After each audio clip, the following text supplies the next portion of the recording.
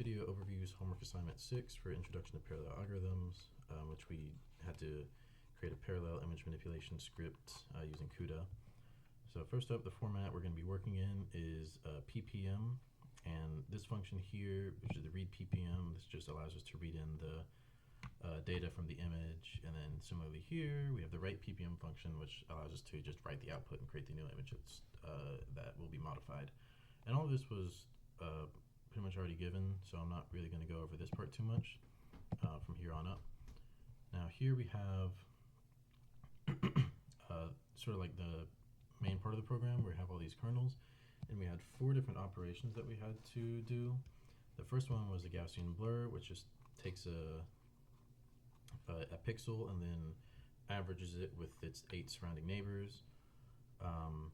Here in this loop, we just accumulate the neighbors, so we loop through all 8 neighbors and take the individual R, G, and B values and compute a running sum of that, and then just divide that by the total count. Next up, we just combine those to this equation using the weight that's defined by the user, and this R, G, and B are going to be the values that we write out.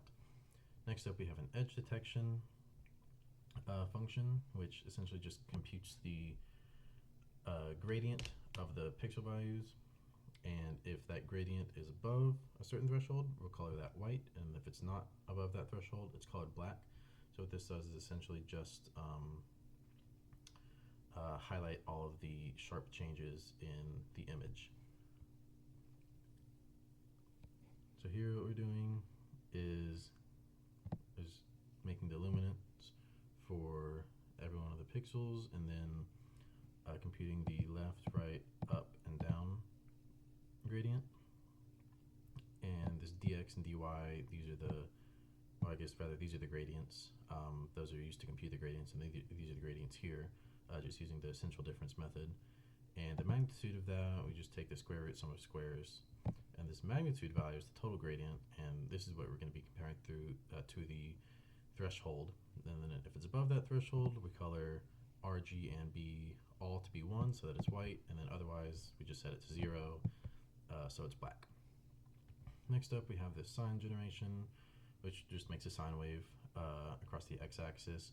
So for this one, this is the only one where we don't have an input image, so we're actually creating the image ourselves, so we have to specify a width and a height for it.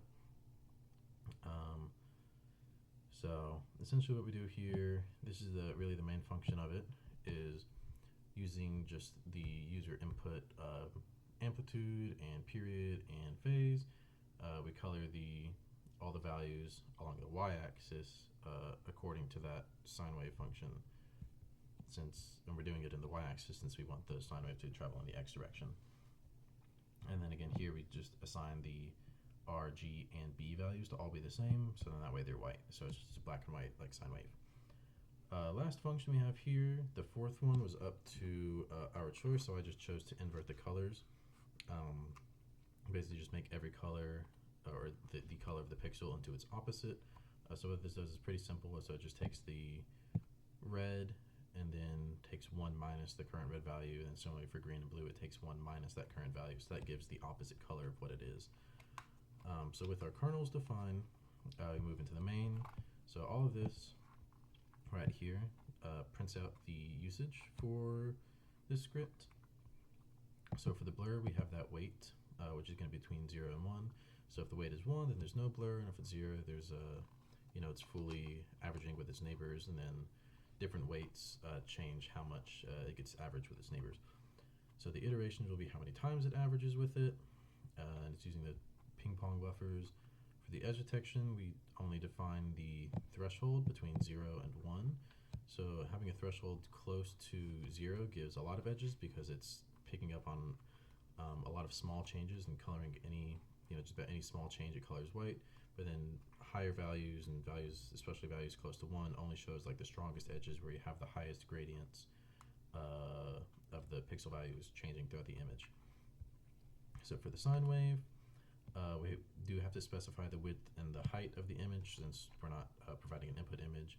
And then we specify the amplitude between 0 and 1, and then the phase, and we give the period as well, which is how many times you want the sine wave to appear across the image width. And for the inversion, we don't have to specify any arguments. All we have to do is just give the input and the output image. So once we have that, we move into our main, and if we set it to blur, what we'll do is we'll read in all of those arguments. So we read in like the input file, the output file, the weight, and the iterations. We will declare values for the width and height, and then we'll read in the ppm using the function from the very first part of the script. And then this size t in, this just basically calculates the number of pixels in the entire image. Since each pixel is going to be doing its own operation, I'm going to compute that total pixel count. Next up, we initialize values for the device. This line is the input, and then this line is the output, so these are going to be the modified. We initialize a variable for the RG and B values for the in and out. Next up, we just allocate memory on the device for all of those, and then these next three lines just send that from the host to the device. Here we define our grid dimensions, and then next up, here we have our kernel blur. So here we can see the iterations, and it'll loop over the specified number of iterations for the kernel, which this is actually doing the blur, averaging the values of all the pixels and stuff.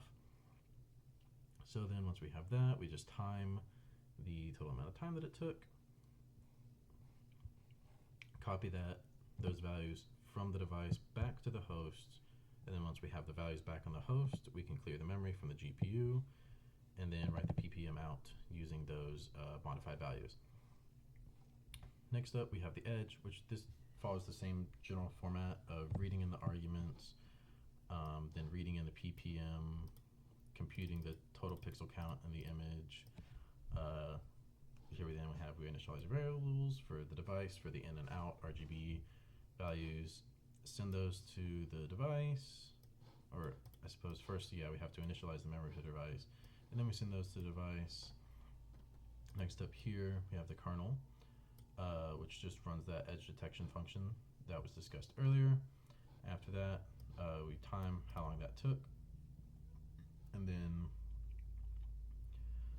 we copy the RG and B values from the device back to the back to the host, free that memory, and write the ppm.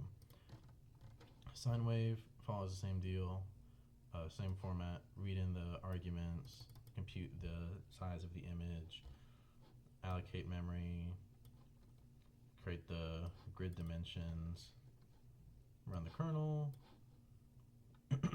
time it, copy the memory from the device to the host, free the memory, write the ppm out. And the invert does exactly the same thing. I'm not going to go over it again. So once that's done, that's all we have for the script. So I went ahead and compiled the outputs. Over here, let me scroll back up. Oh, sorry, spoilers. So here we have the original image, which is this lovely image of a little frog. First up, we have the blur. So this is the Gaussian blur. Weight was 0, so it was the fully averaged with its neighbors, and we ran it for 10 iterations, so we can see it's a bit more blurry than the original. Next up, we blur it for 50 iterations, and lastly for 100 iterations to make it even more blurry. Here we have this edge detection on the frog. So here we can see that the value is very low. It's 1/1000th. So it's picking up on the smallest changes from one pixel to the next or one region to the next, and it's highlighting all of those. You can see there's a lot of noise in there because it's picking up on every little change, but we can just barely maybe make out that silhouette of the frog. So when we set the edge detection to 0.01, so 10 times higher, we can make out the frog a lot more clearly, and it gets rid of most of the noise. However, there's still a good bit of static up in that background. You can see here there's a clearly defined edge right there. We can really well see the frog. We can start to see details on its hands, its fingers, its mouth, and especially around its eyes as well. Now when we set the edge detection 10 times higher to 0.1, we really only get just the outline of the frog, the major details. We can see a little bit of its hand right here and its fingers. especially around the eyes and where it goes to the pupils. We have pretty strong edges there, so those appear as well. Now we set the edge detection threshold to 0.5, so very high. We don't see really anything at all because there's no very strong edges in this image like that. So next up, function just invert the colors.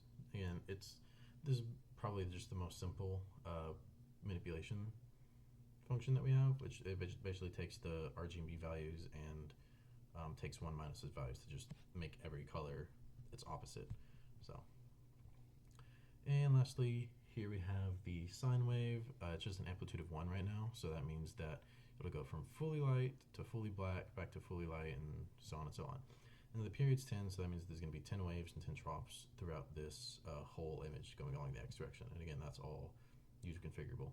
So that's all I have for the script. So thanks.